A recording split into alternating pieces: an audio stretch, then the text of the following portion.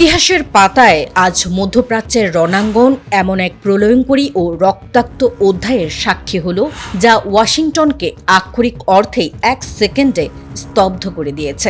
মার্কিন central commando এতদিন মুখে সুরক্ষা জালের যে ফাঁকা বুলি আউড়ে আসছিল, তা চিরতরে ধুলোয় মিশে গেছে। কুয়েত আন্তর্জাতিক বিমান ঘাঁটির ওপর ইরানের চালানো এক আত্মঘাতী ড্রোন ও মিসাইল হামলায় এয়ারপোর্টের টার্মিনাল ভবন সম্পূর্ণ তছনছ হয়ে গেছে। কুয়েতের স্বাস্থ্য মন্ত্রণালয়ের দেওয়া তথ্য অনুযায়ী এই হামলায় অন্তত 63 জন গুরুতর আহত হয়েছেন এবং একজনের মৃত্যু হয়েছে। আন্তর্জাতিক সংবাদ সংস্থা আল জাজিরা এবং কুয়েতের স্বাস্থ্য মন্ত্রণালয় আজ এক হাড়হিম করা জরুরি বুলেটিন জারি করে পুরো বিশ্বকে স্তব্ধ করে দিয়েছে। বুধবার 7 সকালে ইরানের একটি মেগা আত্মঘাতী ড্রোন এবং দূরপাল্লার ব্যালিস্টিক ক্ষেপণাস্ত্র বহর সরাসরি আঘাত এনেছে কুয়েত আন্তর্জাতিক বিমান ঘাঁটিতে।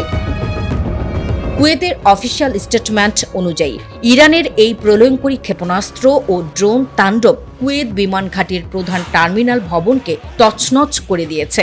সোশ্যাল মিডিয়ায় ছড়িয়ে পড়া ফুটেজে দেখা গেছে, বিমানবন্দরের ছাদ ফুঁড়ে মারণাস্ত্র ভেতরে ঢুকে যাওয়ায় বিশাল গর্ত তৈরি হয়েছে এবং পুরো হলরুম ধোঁয়া ও ধ্বংসাবশেষে ঢেকে গেছে।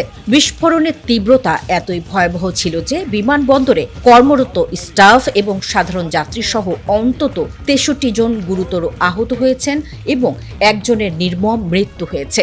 এই নজিরবিহীন হামলার পর চরম আতঙ্কে কুয়েতের সিভিল এভিয়েশন অথরিটি সব ধরনের বিমান চলাচল সম্পূর্ণ বন্ধ ঘোষণা করে আকাশে থাকা ফ্লাইটগুলোকে জরুরি ভিত্তিতে অন্য দেশের বিমান ঘাঁটিতে ডাইভার্ট করতে বাধ্য হয়। মার্কিন সামরিক বাহিনী দাবি করেছিল যে কুয়েতের দিকে ধেয়ে যাওয়া দুটি ইরানি ক্ষেপণাস্ত্র মাঝপথেই ভেঙে পড়েছে কিংবা লক্ষ্যভ্রষ্ট হয়েছে এবং বাহরাইনের দিকে যাওয়া 3টি মিসাইল তারা প্রতিহত করেছে। কিন্তু কুয়েত আন্তর্জাতিক বিমান ঘাঁটি তছনছ হয়ে যাওয়ার এই জলজ্যান্ত বাস্তবতা আজ প্রমাণ করে দিয়েছে আমেরিকার $1 বিলিয়ন এয়ার ডিফেন্স গ্রেড ইরানের এই মেগা ড্রোন ও প্রিসিশন ক্ষেপণাস্ত্রের মহাপ্রলয়ে রুখতে সম্পূর্ণ দেউলিয়া হয়ে গেছে। ইরানের পররাষ্ট্রমন্ত্রী আব্বাস আরাকচি স্পষ্ট জানিয়ে দিয়েছেন, কুয়েত এবং বাহরাইনে চালানো এই হামলা কোনো আগ্রাসন নয়, বরং হরমুজ প্রণালীতে ইরানের তেল ট্যাঙ্কারে মার্কিন হামলার বিরুদ্ধে এটি তেহরানের ন্যায়সঙ্গত আত্মরক্ষা বা সেলফ ডিফেন্স মাত্র।